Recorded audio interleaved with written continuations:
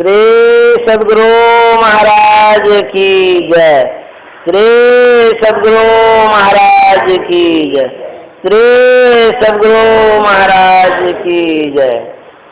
नमामि अमित ज्ञान रूपम कृपालम अगम बोधदाता सुबुद्धि निधि विशालम क्षमाशील यति धीर गंभीर ज्ञानम धर्म कील दृढ़ थीर समधीर ध्यानम जगत त्राणकारी अघारी उदारम भगत प्राण रूपम दया गुण अपारम नमो सद्गुरु ज्ञान दाता सुस्वामी नमामि नमामि नमामि नमामि।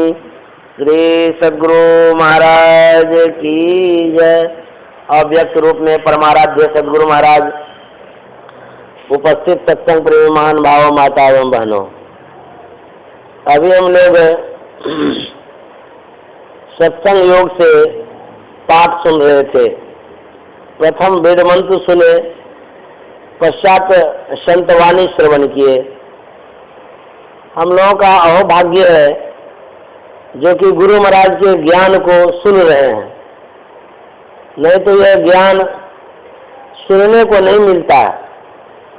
संत महात्मा का जो ज्ञान है वह सबको नहीं मिलता है। किसी न किसी जन्म का पुण्य है, उस प्रताप से हम लोगों को संतवाणी सुनने को मिल रही है। समाज के लोगों को यदि पूछिए तो उनको कहिए कि संतवाणी जानते हैं, तो कहेंगे संतवाणी क्या होती है। संतवाणी किस चिड़िया का नाम है तो समाज के लोगों को पता नहीं। बहुत ऐसे व्यक्ति हैं। तो संतवाणी जो है वो अमृत वाणी है, वो गुण की खानी है। जैसे हीरा जवाहरात होता है ना, घर में रखते हैं तो कितनी शक्ति आ जाती है शरीर में कि हम धनवान हैं, पैसे वाले हैं, हीरा सोना चांदी सब हमारे घर में है। उसी तरह से जो संतवाणी है, जिनके मन मंदिर में जितना इकट्ठा होगा, समझ लियो उतने धनवान व्यक्ति हैं, उतने गुणवान व्यक्ति हैं, उतने वो महान होंगे। इसलिए संतवाणी श्रवण करना चाहिए, सुनना चाहिए। हम लोगों को भारतीय संस्कृति से शिक्षा लेनी चाहिए। भगवान श्री राम जब प्रातःकाल उठते थे, जब बालपन में थे, तो क्या करते थे? रामायण में है, प्रातःकाल उठ के रघुनाथा माता पिता गुरु नावहि माता। माता पिता को नमन करते थे, प्रणाम करते थे। इससे क्या होता है? इससे कहते 4 चीज की प्राप्ति होती है। अभिवादनशीलस्य वृद्धोपसेविनः चत्वारि बढ़न्ति आयुर्विद्या यशोबलम। संस्कृत श्लोक है। गुरुजनों को, पूज्य जनों को, श्रेष्ठ जनों को प्रणाम करने से आयु भी बढ़ती है, आशीर्वाद होता है ना उनका, विद्या की प्राप्ति होती है और शरीर में शक्ति का संचार होता है, बल भी मिलता है और कीर्ति भी होती है। इसका उदाहरण है, जब महाभारत की लड़ाई प्रारंभ होने वाली थी, दोनों सेनाएं आपस में आमने सामने खड़ी थी। अब युद्ध का शंख बजने वाला है। उस घड़ी में युधिष्ठिर महाराज इतने विनयी थे, अपने विनय का परिचय देते हैं।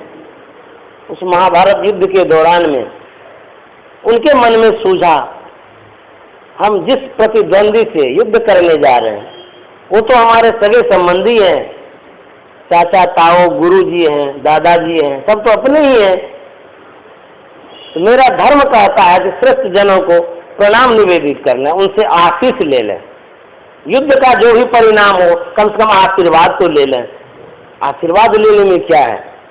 जैसा भी परिणाम होगा। देखिए कैसे आदर्श दे रहे हैं युधिष्ठिर जी महाराज भगवान श्री कृष्ण से अनुनय विनय कर वो आगे बढ़ते हैं, सीधे वो चल देते हैं भीष्म पितामह के तरफ। दुर्योधन इस दृश्य को देख रहा था।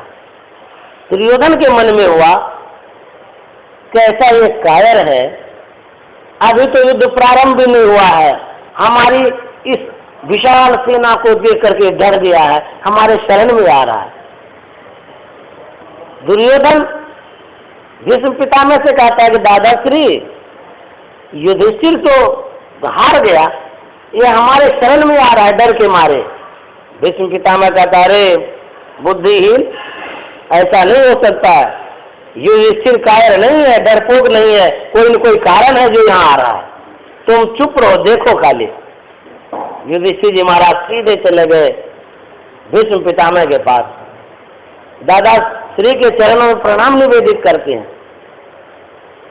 परिणाम स्वरूप क्या होता है, भीष्म पितामह आशीर्वाद देते हैं कि युधिष्ठिर विजयी भावा, तुम विजयी होगे, तुम मुझे किसी तरह से पछाड़ देना, तुम हरा देगा, मैं आशीर्वाद देता हूं तुम्हारी विजय होगी।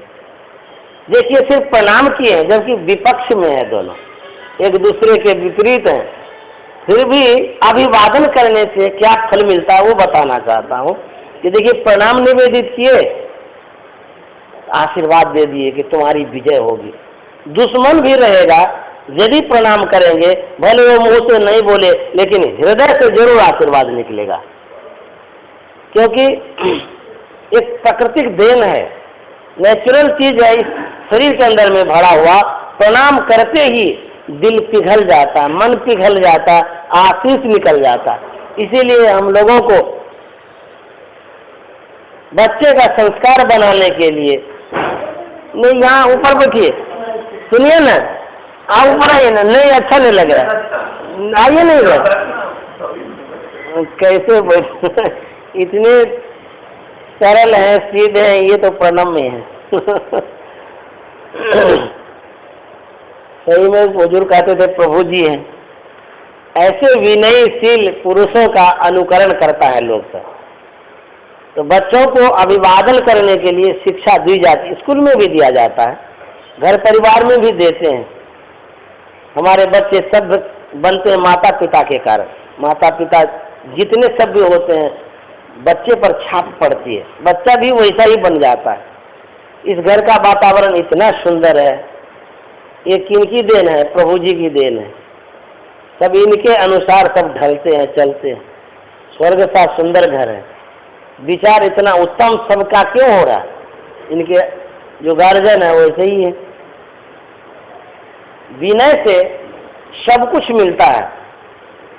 आप किसी से कुछ लेना चाहते हैं तो झगड़ा करके लड़ाई करके नहीं ले सकते हैं, चाहे अफसर से लीजिए कि घर परिवार से लीजिए, कहीं किसी से लीजिए, एक ही मूल मंत्र है प्रेम।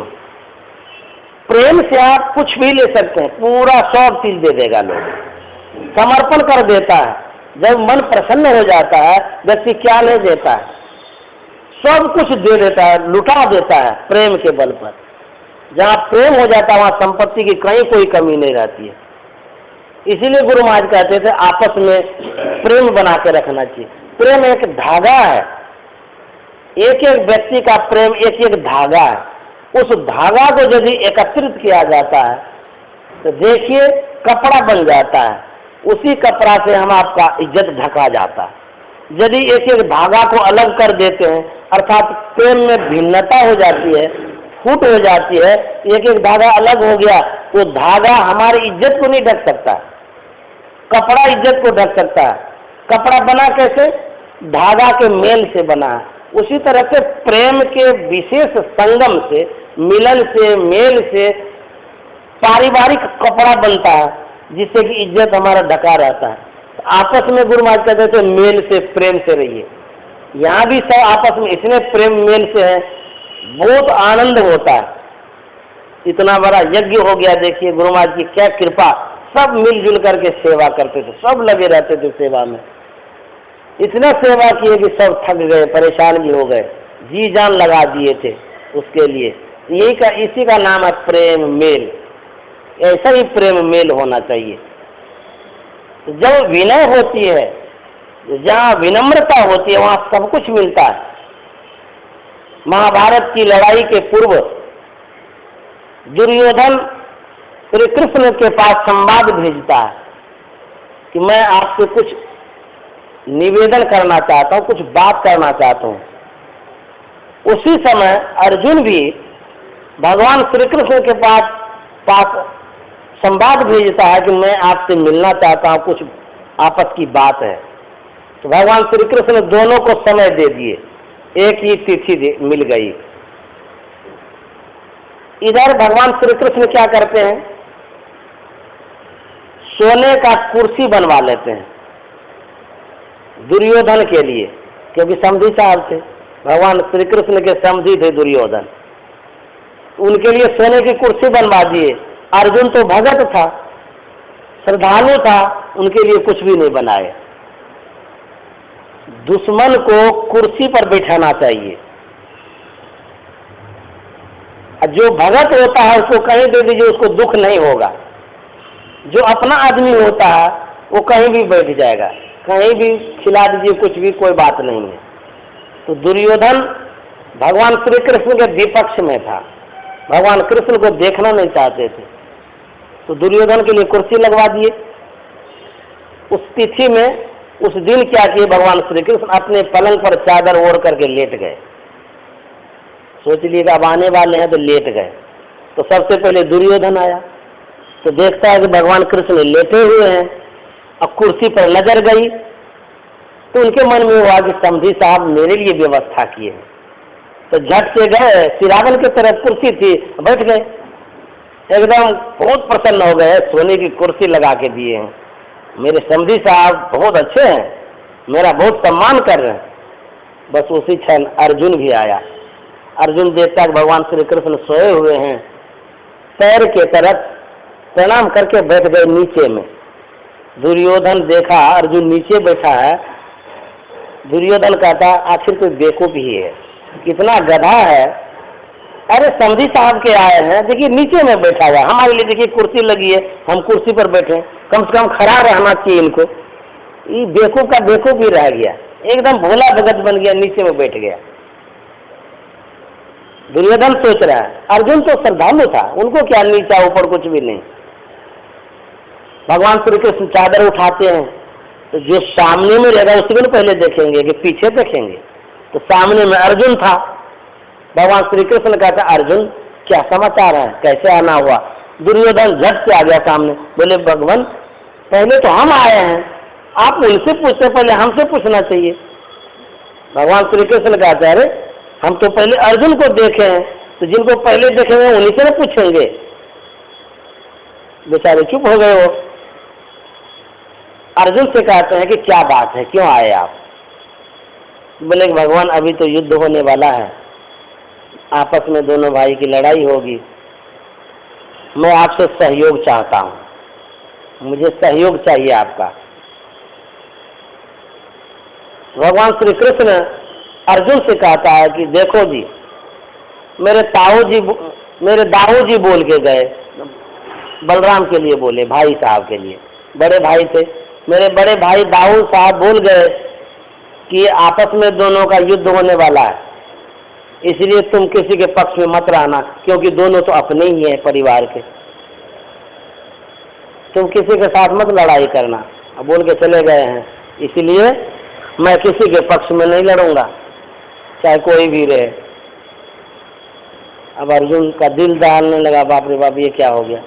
बोले भगवान फिर कैसे होगा, मैं आपसे सहयोग लेना चाह रहा हूँ, आपसे मैं कुछ मांग रहा हूँ, तो आप कैसे हमको सहयोग करेंगे, सो बतलाइए।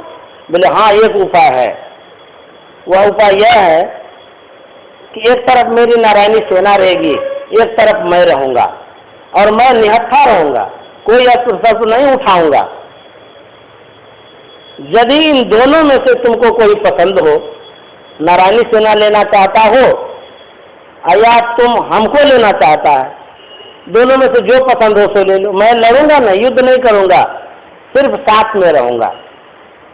अब दुर्योधन का दिल दहलने लगा, ये राम ये क्या हो गया। अर्जुन से कह रहा है कहीं नैरानी सेना ले लिया तो हम गए काम से, फिर तो हमारी हार ही हार है। और भगवान श्री कृष्ण बहुत छलिया है, हमसे बात नहीं करके पहले अर्जुन से बात कर रहा है। पहले तो हम ही आए थे, ये ठीक नहीं है, ये कैसे ये भगवान कहलाते हैं। पहले तो हमसे बात करनी चाहिए, हमको मना कर दिए हैं। अर्जुन को कहते हैं कि तुम ले लो, और कहीं नैरानी सेना ले लिया तो फिर तो हम हार जाएंगे, ये ठीक नहीं कर रहे हैं। ये अर्जुन से कहते हैं अर्जुन बोलो क्या चाहिए तुमको। अर्जुन कहता है कि भगवान हमको तो आप ही चाहिए। दुर्योधन तो खिलखिला के हंसने लगा, आखिर ये बेवकूफ ही ठहरा, अच्छा हुआ जो ये निहत्था को ले लिया। ये निहत्था क्या करेगा हमारे पग, भले नैरानी सेना मेरे पास रहेगी। भगवान श्री कृष्ण सावधान करता, अर्जुन थोड़ा सोच समझ करके बोलो, तुमको चाहिए क्या। अरे युद्ध करना है, मैं तो कुछ करूंगा नहीं। देखिए भगवान कितना पक्ष लेते हैं भगत का, कितना सहयोग करते हैं, अपना प्रतिष्ठा दांव पर लगा रहे हैं। कहा तो दिए हम कुछ नहीं करेंगे, लेकिन फिर भी एक बार आगाह कर देते हैं, चलो संभल जाए, सोच ले। भगवान तो सब जान ही रहे हैं कि अर्जुन को क्या चाहिए। अर्जुन को कहता है कि अर्जुन तुम सोच लो, समझ जाओ कि तुमको चाहिए क्या। लड़ाई लड़नी है, हम निहत्थे खड़े रहेंगे, कुछ भी नहीं करेंगे। फिर से एक बार मैं मौका देता हूं, बोलो तुमको क्या चाहिए। अर्जुन कहता है भगवान हमको तो आप ही चाहिए, हमको नैरानी सेना नहीं चाहिए। आप हमारे पक्ष में रहेंगे, जो भी होगा सब अच्छा ही होगा, खाली आप हमारे पक्ष में रहिएगा, बस आप मत उठाइएगा कोई अस्त्र शस्त्र। अब दुर्योधन तो एकदम प्रसन्न हो गए, सोचने लगे भले हुआ ये बेवकूफ गधा के गधा निकला, ये नारायणी सेना नहीं लेकर के भगवान को ले लिया, जो निहत्था ही क्या काम करेगा। अब भगवान श्री कृष्ण दुर्योधन से कहते हैं कि दुर्योधन आप बताओ तुम कैसे आया। दुर्योधन कहता है भगवान मैं आपका सहयोग लेने के लिए आया हूं। तो बोले तुम तो सुन ही लिया, मैं लड़ूंगा नहीं, मेरे तरफ एक तरफ नारायणी सेना रहेगी, एक तरफ मैं रहूंगा। अब तुम बताओ तुमको क्या चाहिए। बोले चाहिए क्या, अर्जुन जो छोड़ दिया है वही मुझे चाहिए, नारायणी सेना आप नहीं चाहिए। आप जब लड़ेंगे नहीं, आपको लेकर के हम क्या करेंगे निहत्थे आदमी को। उनको नारायणी सेना मिल गई और अर्जुन को भगवान श्री कृष्ण मिल गए। अंततः विजय किनकी हुई, भगवान श्री कृष्ण की हुई, जो भगवान के पक्ष में होते हैं, जो प्रभु के पक्ष में होते हैं, जिनके पक्ष में प्रभु हो जाता है, समझिए उनके समक्ष कितनों यक्ष आ जाए सबका संहार हो जाता है, विजय हो जाती है। संत सदगुरु जिनके पक्ष में रहते हैं, विजय ही विजय होती है। कितना क्या क्या नहीं हुआ महाभारत में। अर्जुन पांचों भाई पांडव कितना सताया गया, कितनी यातनाएं दी गई, क्या क्या नहीं किया गया। युधिष्ठिर जी महाराज इतने बड़े सहनशील, धर्मात्मा, विनयशील, क्या नहीं दुर्योधन किया था उनके लिए। जंगल भिजवा दिया, वनवास दे दिया, जहां वनवास गए वहां भी उनको बेचारे को सताया गया। चारों भाई आवेश में आ जाते थे वो दृश्य देख करके, लेकिन युधिष्ठिर जी महाराज आवेशित नहीं होते थे, गुस्साते भी नहीं थे। वो कहते थे कोई बात नहीं है, सब ठीक हो जाएगा। इतने सहनशील, इतने विनयी, इतने अच्छे थे युधिष्ठिर जी महाराज। तो उनके माता पिता का भी प्रभाव था, उनके माता पिता भी वैसे ही थे। उसी तरह से जिनके माता पिता विनयी होते हैं, उनके बच्चे भी विनयी होते हैं। जो विनयी होते हैं उनकी विजय ही विजय होती है, पराजय कभी नहीं होती है। इसलिए विनय को अपनाना चाहिए, शिष्टाचार को अपनाना चाहिए और गुरु महाराज के ज्ञान के अनुसार चलना चाहिए। गुरु महाराज ने कहा अति दीन होकर जिसने सत्संग सुमति ली, अपने को सोई में ही गुरु शरण में कर ली। जो अति दीन हो जाते हैं, विनम्र हो जाते हैं, गुरु महाराज के शरण में हो ही जाते हैं। और जो उदंड होते हैं वो किसी के शरण में नहीं, जो वो सीधे नरक चले जाते हैं। इसलिए विनयी होना चाहिए, जैसा कि गुरु महाराज ने ज्ञान दिया है हम लोगों को। एक छोटी सी कहानी है, हमारे गुरुदेव कहा करते थे, एक चीन का महात्मा वह वृद्ध हो गया था, इतना वृद्ध हो गया था कि उनकी अंतिम अवस्था हो गई थी। अपने सेवकों को समीप बुला करके सदुपदेश करने लगे। और पूरा मुंह खोल करके कहने लगे कि तुम मेरे मुंह को देखो। तो मुंह को सब देखने लगे। तो पूछते हैं कि मुंह में क्या क्या है? बोले मुंह में तो जीभ है, एक भी दांत नहीं है, सब झड़ गया आपका दांत। तो बोले कि तुम समझ गया? सभी शिष्य बोले एक साथ कि कुछ भी नहीं समझे। बोले पहले दांत की जीभ। तो शिष्य लोग बोले पहले जीभ तब दांत। तो बोले अब समझ गया? बोले ना अभी भी नहीं समझे। तो गुरुदेव उपदेश करते हैं पहले जीभ था, अब बाद में दांत आया। दांत कड़ा था, कभी कभी क्या करता था, भोजन करने के क्रम में देखिएगा दांत जीभ को कस के चाप देता है, जीभ बेचारी छटपटाने लग जाती है, दर्द होता है ना। अब दांत कान में रहता है तो तुम क्या समझती है, हमारे समीप आएगी तुमको मसल देंगे। जीभ कहती है कोई बात नहीं है, तू तो पहले मर जाएगा, पहले झड़ जाएगा, हम तो साथे में आए हैं, हम तो परम हितैषी हैं, इनके साथी हैं, साथे जाएंगे, तू पहले मर जाएगा। तो जो कड़ा सो झड़ा।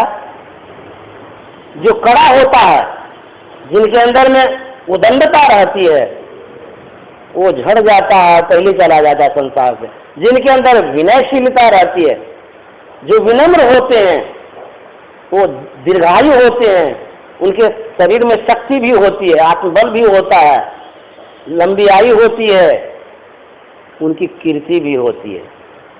विनयी व्यक्ति के लिए इतने बड़े हमारे प्रभु जी हैं, इतने सीधे साधे, इतने विनयी हैं कहने से बाहर इतना मानो सम्मान दूसरे का करते हैं, कुछ भी बोल दीजिए इनको सब सह लेते हैं। हम तो देखे हैं बहुत आदमी बोलने वाले बोलते हैं इनको, लेकिन सब सुनते रहे, एकदम हंसते रहते हैं, मुस्कुराते रहते हैं। ये गुरु की कृपा है, इनके अंदर पूर्व जन्म का संस्कार है, इसीलिए ये दीर्घायु हैं, दीर्घायु रहेंगे, इनकी लंबी आयु बढ़ती रहेगी। ये विनयशीलता का प्रतीक है, पहचान है, इन्हीं के कारण ये स्वस्थ हैं, चल रहे हैं बढ़िया से।